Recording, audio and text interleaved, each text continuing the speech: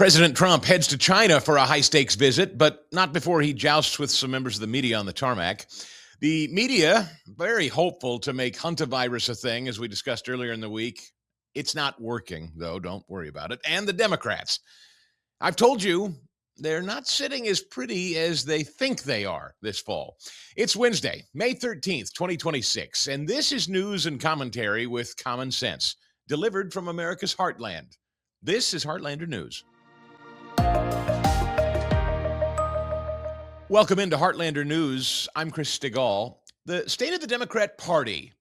CNN's Harry Enten delivers the bad news. Surely that same poll would show Democrats with a big advantage in the race for Congress. You would think, but I think this poll serves as a big-time reality check for Democrats, and that is, it ain't over yet, especially with the redistricting when we look ahead to the 2026 race for Congress. You would have thought that the Democrats' lead would expand on the generic congressional ballot. It didn't happen. Look, in March, Democrats were up by 6 points.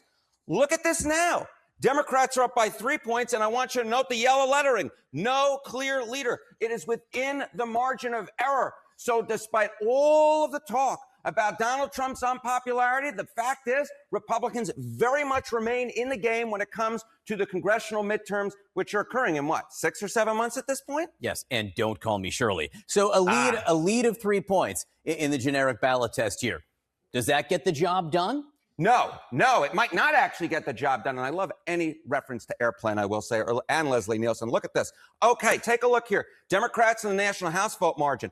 According to my estimate, what they need for control with redistricting in terms of the national popular vote is somewhere of a win between 3 and 4 points. What's CNN's current poll with no clear leader? It's a 3-point advantage. If this were, in fact, the actual result come election day, the race for Congress, the race for the House, would be basically a toss-up. And that is why the redistricting efforts that have been happening are so important. Because before the redistricting happened, Democrats essentially just needed to win the national House popular vote in order to win control of the House of Representatives. But now, with the redistricting, their ladder, they have to climb ever higher, and a 3-point win may very well not do it. This is well within the realm of possibilities. Could be Democrats take back the House. You know, if Democrats outperform the CNN poll by a few points, they take it back. But they could underperform as well, and that would be big-time trouble. As I said at the start here, this game is most certainly not over. Republicans very much in the race for the House of Representatives. They're in that game. All right, I was saying. Oh, I see. So conventional wisdom always says that the party that's in power loses in the fall. And I know historically that's been true, but we've also historically never seen a Democrat Party this out of control, this authoritarian, ever. In fact, let's zoom out and take a 30,000-foot view of today's current Democrat Party. Democrats routinely place totalitarian political power, ideological control, and institutional dominance above everything, including the Constitution, including individual rights, basic democratic accountability. Power is what they crave the most. In Virginia, party leaders are looking to force the Supreme Court justices into retirement at age 54. That's the precise age of the conservative justices who just struck down their gerrymandered congressional map. Now, they call this reform.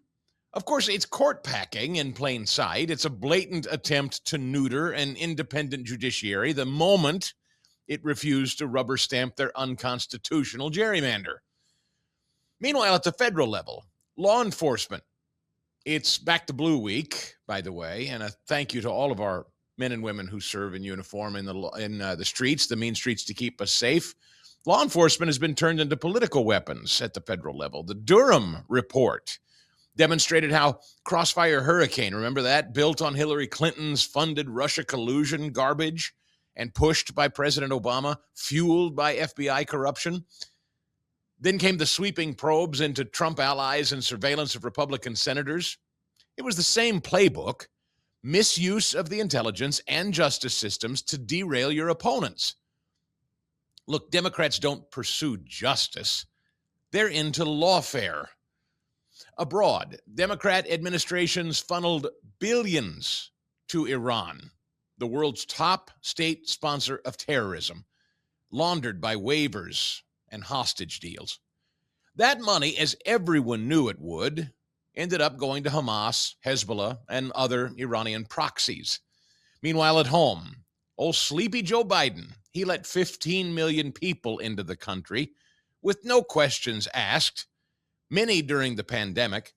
In fact, let's go to Javier Becerra, a California gubernatorial candidate. Give me number 71 here. When asked about all of the migrant kids of those 15 million people, and I think that's a low estimate, let into the country, 85,000 migrant kids have been lost while Biden let them all pour across the border. What does Javier Becerra, the gubernatorial candidate of California, have to say about that, the Democrat? Listen. During your time as HHS secretary, a New York Times investigation found the health department couldn't find some 85,000 children it had released. That's not accurate. What you just read is not accurate. First, that's what I'll say, because it was never the case that we could not find kids. You're essentially, I don't know if you got those talking points from Donald Trump. It's from a New York Times article. That's not what the New York Times article said. The New York Times said that individuals, the children and their sponsors, did not respond to calls. They didn't say we couldn't find kids. Working overnight in slaughterhouses, replacing roofs, operating machineries in factories, children as young as 14 years old. That part occurred after these children had left the care of Department of Health and Human Services. Do you let these children go into those individual sponsors in their responsibility? Some of these kids, probably because they needed to earn some money, started working in places that were very exploitive. That's right. You heard it. The former HHS secretary under Joe Biden, Democrat candidate in California, said it's the children's fault for being exploited. And you wonder why they're barely hanging on to any kind of lead at all. That's how bad it's gotten. So when you're talking about 15 million people being let into the country, many of them children and minors, who are then sold into essentially slave labor camps and worse. And then, of course, there's Democrat sanctuary cities on top of all that, shielding criminal non-citizens from deportation. Add all that up, and you have decades of one-party Democrat rule in major cities that have made them safe for violent criminals and drug dealers, sex trafficking, child exploitation, and it's all aided by Soros prosecutors. That's why Spencer Pratt is having such success in L.A., by the way. It's gotten that bad. It's so bad in cities like New York, even guys like the actor Michael Rappaport, who hates Trump and hates most things Republican, even he feels like he's got to act. Take a listen to this. Michael Rappaport is thinking about going from public citizen to public servant. Do I have it right? You have it right. I appreciate you having me on, Chris. Your producers are, relentless. You got tigers for producers. They don't play around. The bookers, they're very serious. But in terms of the mayor 2029, I am running for mayor of New York City. I never thought that I would even consider running for mayor of New York City. And I will do it with the best intentions. And I won't do it the way any other political person has ever done it. Your brother, Cuomo, Kung Fu Curtis, Kathy Hochul, Obama, Trump.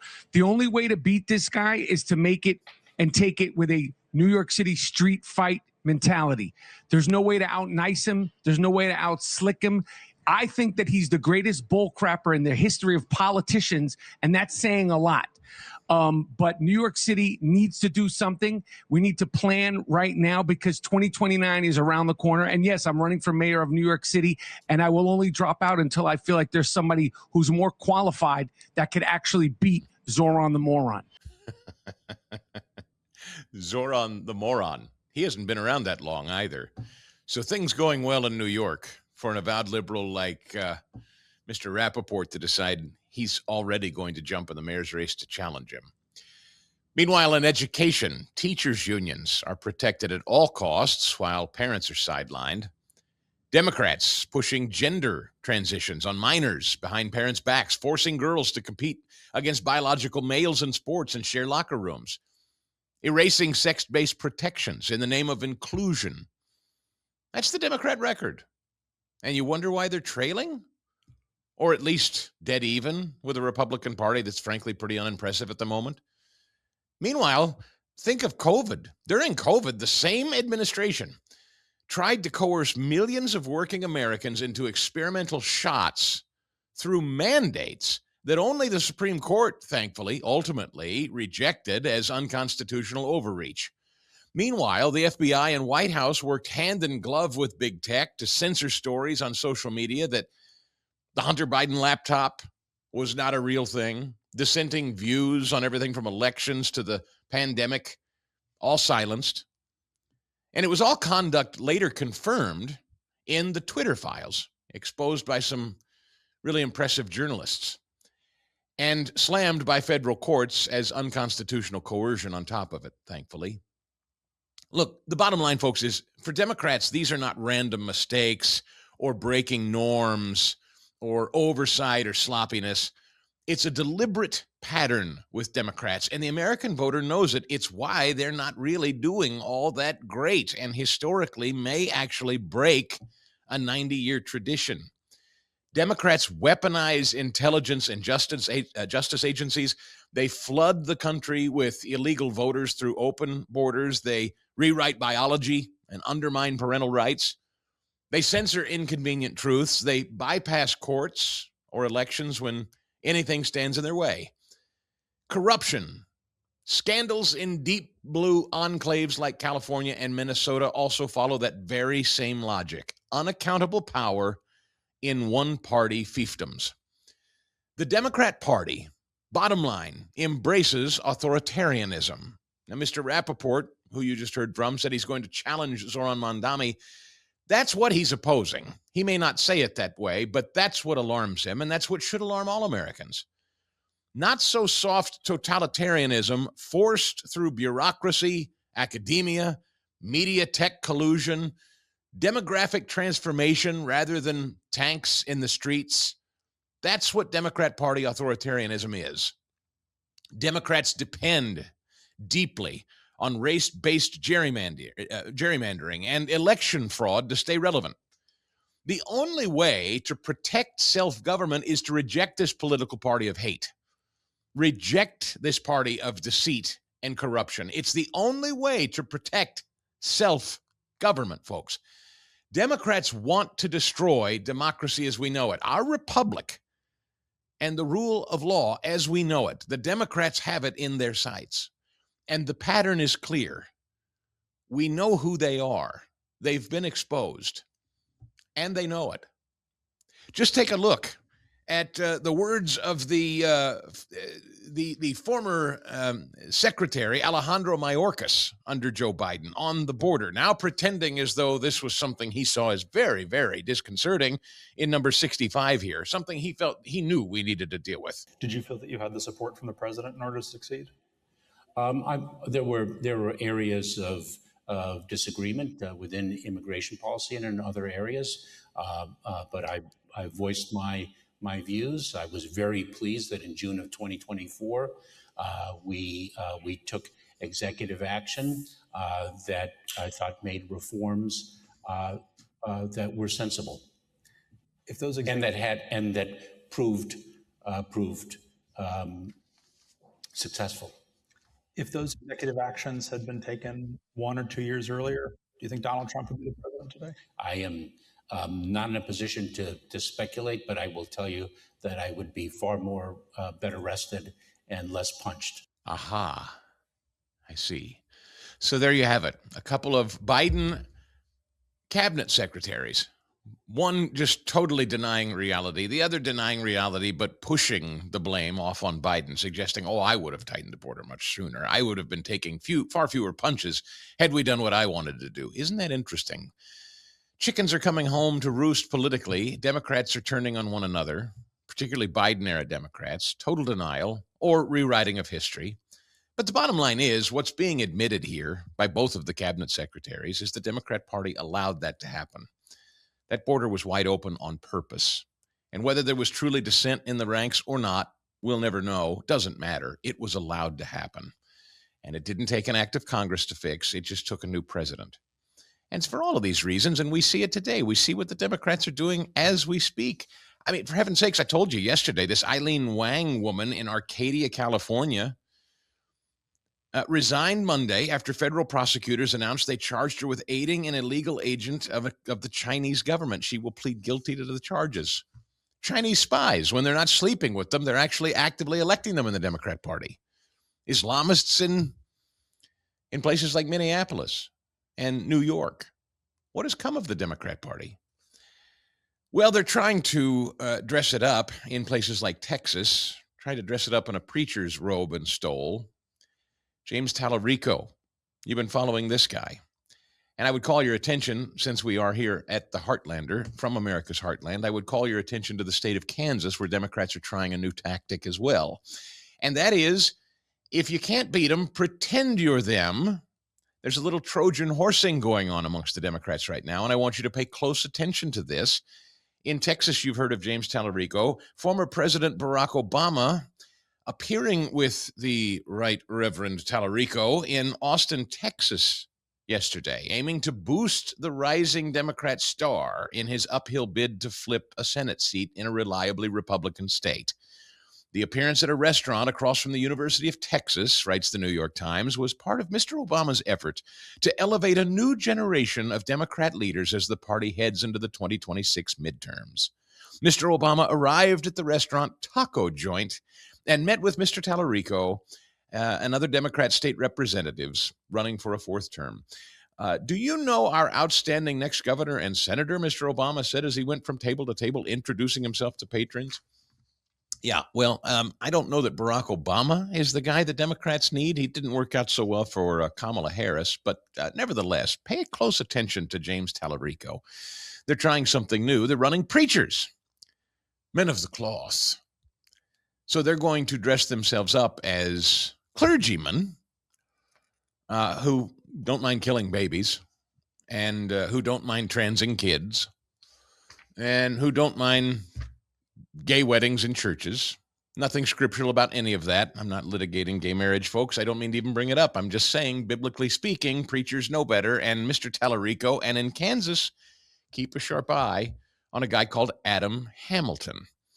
He is probably the leading voice in North American United Methodism today, United Methodist Church leadership. He's probably the senior voice in the United Methodist Church. And I would say he has done more damage to a once great Wesleyan tradition of Methodism. I know because I used to be one before I left the church over the divisive LGBTQ crap that they embraced. And it was all led by Adam Hamilton. Well, now he has left his mega church in Johnson County, Kansas, and he has filed as a Democrat to run in the state of Kansas in the Senate against Roger Marshall.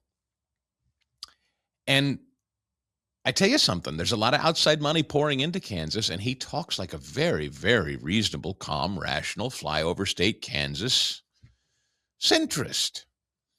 Now, he tried to run as an independent, and the law wouldn't allow him to do it, so he had to file and admit that he was a Democrat after all. The thing is, because he comes from Kansas, and he's a preacher, and he doesn't sound particularly radical, Mr. Tallarico, the same, although appearing with Barack Obama, you won't see this happen in Kansas. Barack Obama will not come to Kansas and stand alongside Adam Hamilton, I suspect. I don't even know that it works in Texas. But anyway, the Democrats' last hope, because we've seen who they are, they're turning on one another. They're in a total freefall and a mess. They're in a devastating state. It shouldn't be a draw with Republicans right now. The pattern has always been that the party out of power reclaims seats in the House, and it doesn't look that way. So they're going to try to dupe you into thinking they're men of the cloth, perhaps. Maybe that'll work. I'm dubious that'll work as long as the electorate is paying attention. Meanwhile, yesterday, the Missouri Supreme Court here in the Heartland upholding another congressional map. You may have heard this. The Missouri Supreme Court unanimously rejected challenges to the Republican-friendly, says the Hill, Republican-friendly. You ever notice when Democrats gerrymander states, as they have for decades, it's never called Democrat-friendly. It's just called, I don't know,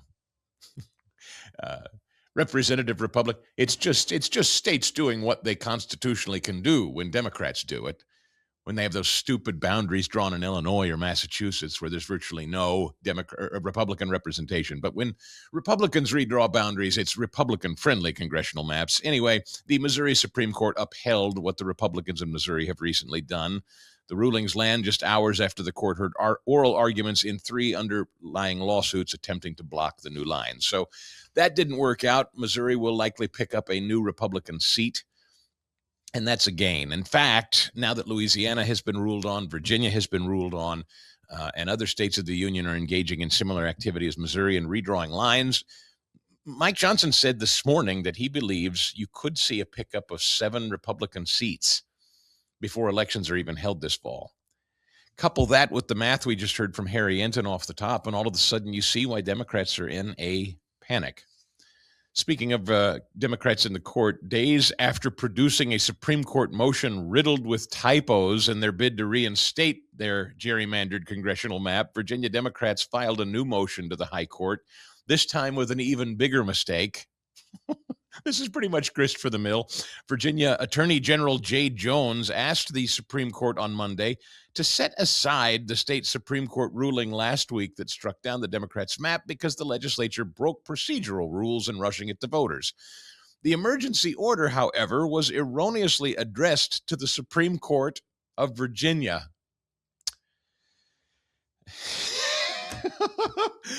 Folks, the Attorney General of Virginia is literally using cut and paste methodology apparently in the office. Just not even rewriting documents, just cutting and pasting. And while petitioning the United States Supreme Court, left it as the Virginia Supreme Court. So great touch.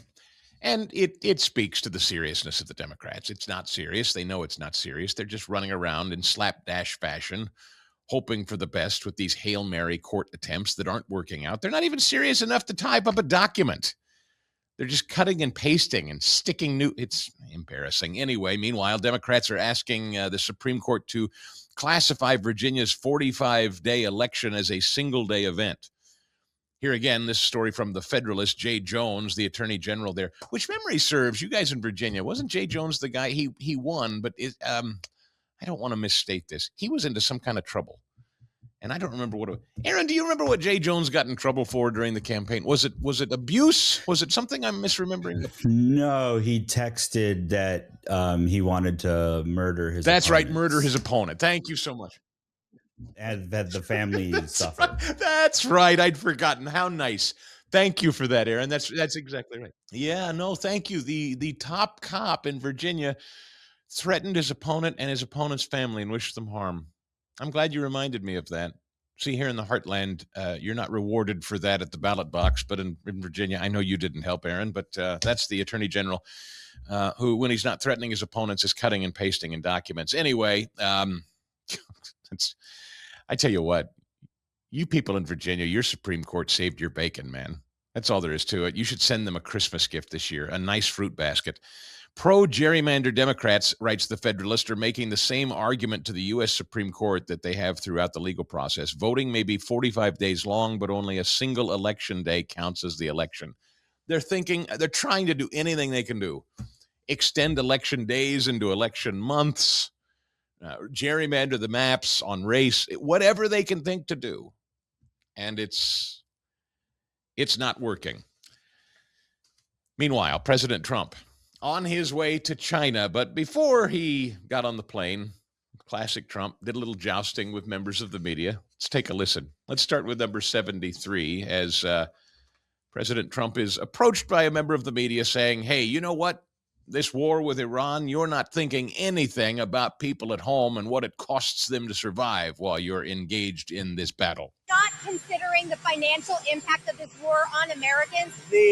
The most important thing by far, including whether our stock market, which, by the way, is at an all-time high, but including whether or not our stock market goes up or down a little bit, the most important thing by far is Iran cannot have a nuclear weapon. What about the pressure on Americans and prices right now? Every American understands. Americans, how they're feeling about every American. Are you listening to me? Every American understands.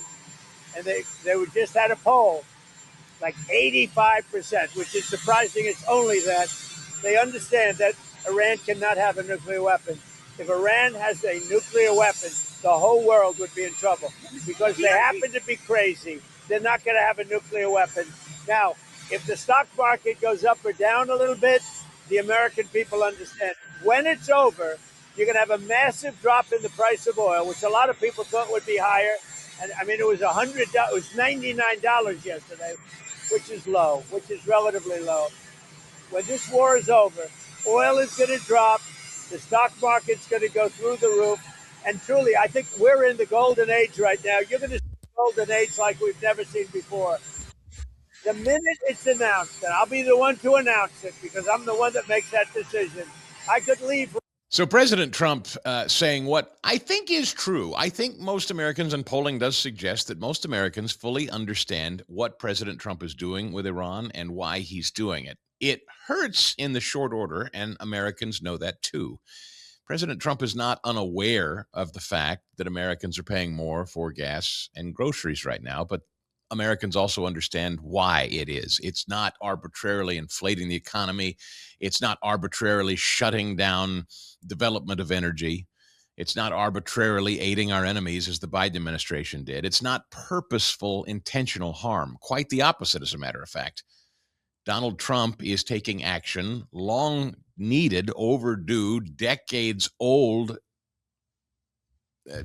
ignoring of Iran. He's taking action today to deal with something that has been decades in the making, and that is an Iran that was getting very close to not only a nuclear weapon, but getting very, very close to defending themselves to the extent that we couldn't stop them. And then, as Marco Rubio said last week, and we pointed out here, imagine that with control of the Strait of Hormuz and the oil flow to the global market, with no change in the way we do business on. This is really important to remember as well, ladies and gentlemen. The way we're doing business in the Middle East is rapidly changing, not just with Iran, but the fact that a lot of nations that neighbored Iran that used to just kind of leave them alone and never had much to say and just kind of played nice or kept their heads down, now all of a sudden they've decided they're breaking away from OPEC. They've decided they're going to start taking it to Iran and helping the United States. They've decided they're going to start trade relations with Israel. There's a massive shift going on in the Middle East right now. It's far bigger than Iran. This president, this Secretary of State, this cabinet, they know it. They're on the precipice of historic change. We're living through an era right now that while we're paying $4 and $5 a gallon for gas, and I know it hurts, it sucks. I just filled up the truck. My kids are filling their tanks half up right now.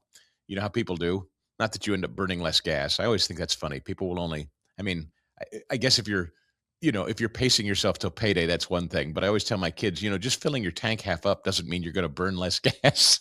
But, they're paying less at the moment. And I get it. So sometimes you fill your tank half up. People are hurting with this. It's expensive. But most Americans understand the why. Most Americans understand that President Trump is not intentionally inflating numbers at the pump.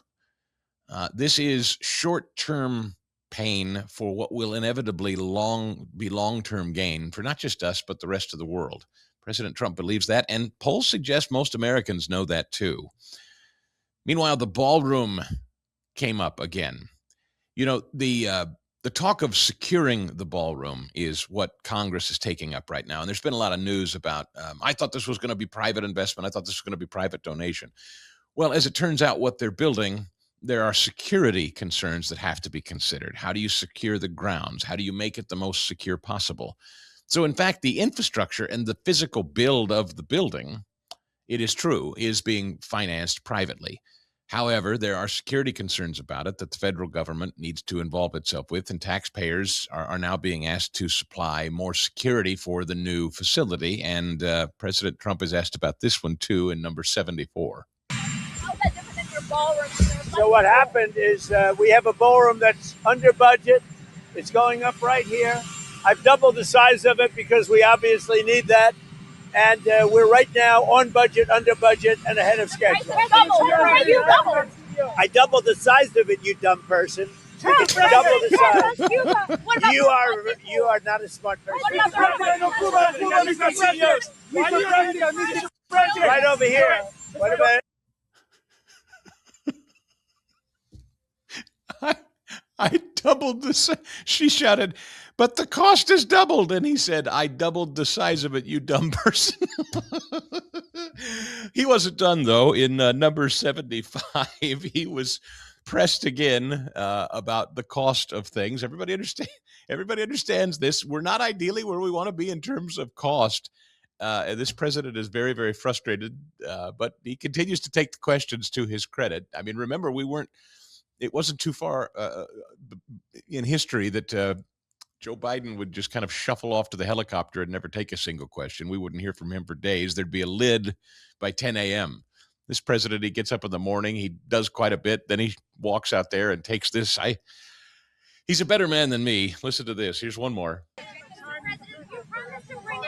President, you promised to bring inflation down. It's now at its highest level in 3 years. Are your policies not working? What's happening? Policies are working incredibly. If you go back to just before the war, for the last 3 months, inflation was at 1.7%. Now, we had a choice. Let these lunatics have a nuclear weapon. If you want to do that, then you're a stupid person, and you happen to be. I mean, I know you very well. Anybody that wants them to have a nuclear weapon is a stupid person. So we said we're going to take the greatest stock market in history, and we're going to go down a little bit. And actually, that turned out to be incorrect because our stock market is now at the highest point in history, which frankly surprised a lot of people.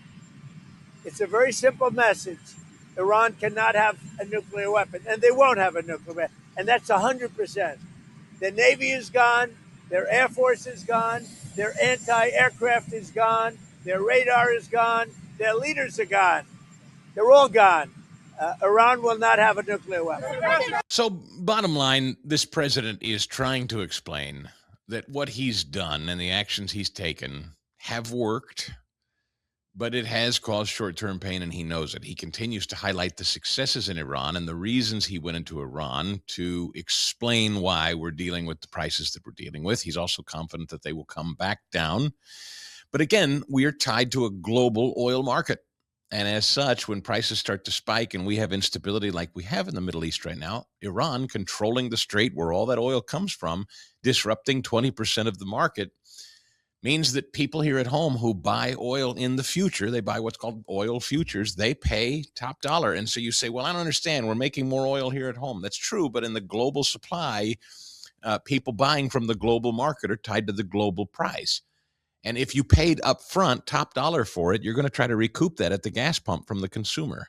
It doesn't literally just drop the second a dynamic changes, but it will. And I'm confident of that. And I think when this is all said and done, certainly I hope by summer, I hope by summer's end, certainly by year's end, I think we're going to be sitting in an entirely different position. It wouldn't surprise me, again, when you add Venezuela into the mix, and our ability to online and recoup some of our energy efforts and exploits there, where we've been robbed blind.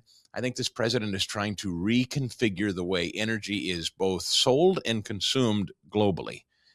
And it's just a much bigger picture than sort of the myopic window of what most of those members of the media who are chirping at him today know. That's why he's calling them stupid people, because they're thinking small. They're thinking myopically. They're thinking here and now.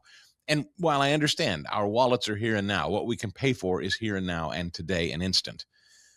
But sometimes the long-term vision of what can be better for not just us, but our kids and our grandkids, President Trump is setting this country up for success long after he's gone. I believe that's true. And I think we're going to see that in due course. He is off to China. Meanwhile, the president is. President Trump is embarking on a high-stakes visit to China this week to meet with President Xi Jinping. The Hill says that it's going to focus on 5 different things to watch, specifically Trump seeking help from China with Iran. I don't know that he'd get that. In fact, I think they are keenly interested in Iran continuing to remain a menace and aiding them buying their oil. Trump is seeking to ease the trade war with China. That one obviously very important. You talk to farmers, they're really feeling the squeeze with the tariffs, particularly on beans and particularly on their own fertilizer and fuel costs. That's through the roof. And so China purchasing more of our ag products, or at least selling them at a fair price back to us, that matters a lot. Hopefully we'll make some headway there. Tensions over Taiwan likely to come up as well. and prisoners, political prisoners that China has. Trump's going to try to secure a couple of them, and the future of AI. Not a small matter, too. As you know, that was one of President Trump's first initiatives when he hit the door, was the state of AI and becoming a player, because everybody knows there are no EPA rules or regs in China. Nobody's arguing about data centers in China. China just does what it damn well pleases. Coal-fired power plants, build them high and build them fast. Nuclear reactors, generators, whatever you need, build them. China is coming on fast. Trump knows this, and that's why he's doing everything he can to bring industry and commerce back home. It's why he's turning the screws in trade. It's why he's disrupting the global oil market. He's trying to reconfigure the global order of things so that China does not continue to have what is basically equal footing with us right now, folks, and you need to understand that. As he heads to China, he's talking to a peer now, sadly. Decades of mismanagement of this country have now allowed China to become effectively our international peer. That's a bad thing. They're building ships, naval ships at a clip that we can't keep pace. China is rapidly becoming strong, perhaps, and some might argue stronger than we are. The president knows this. And so these people on the White House lawn are chirping at him, but what about gas prices? And I can imagine, as a guy that is thinking big picture and talking big picture things for decades down the road, it's very difficult to listen to somebody. Can you imagine? If you're actually thinking about your children, your grandchildren, and the future of the country that you love. We're celebrating 250 years. Here he is now, a twice elected president of the United States. He's thinking about his own legacy. He's hoping that the history books will write how he rescued the country from probably almost certain ruin if we'd continued with wide open borders and Democrat rule. He's thinking, how can I restructure the dynamic here globally so that we're on better footing? He's thinking about the history books and how they'll write about him. He's thinking big picture, even though the media is not capable of that.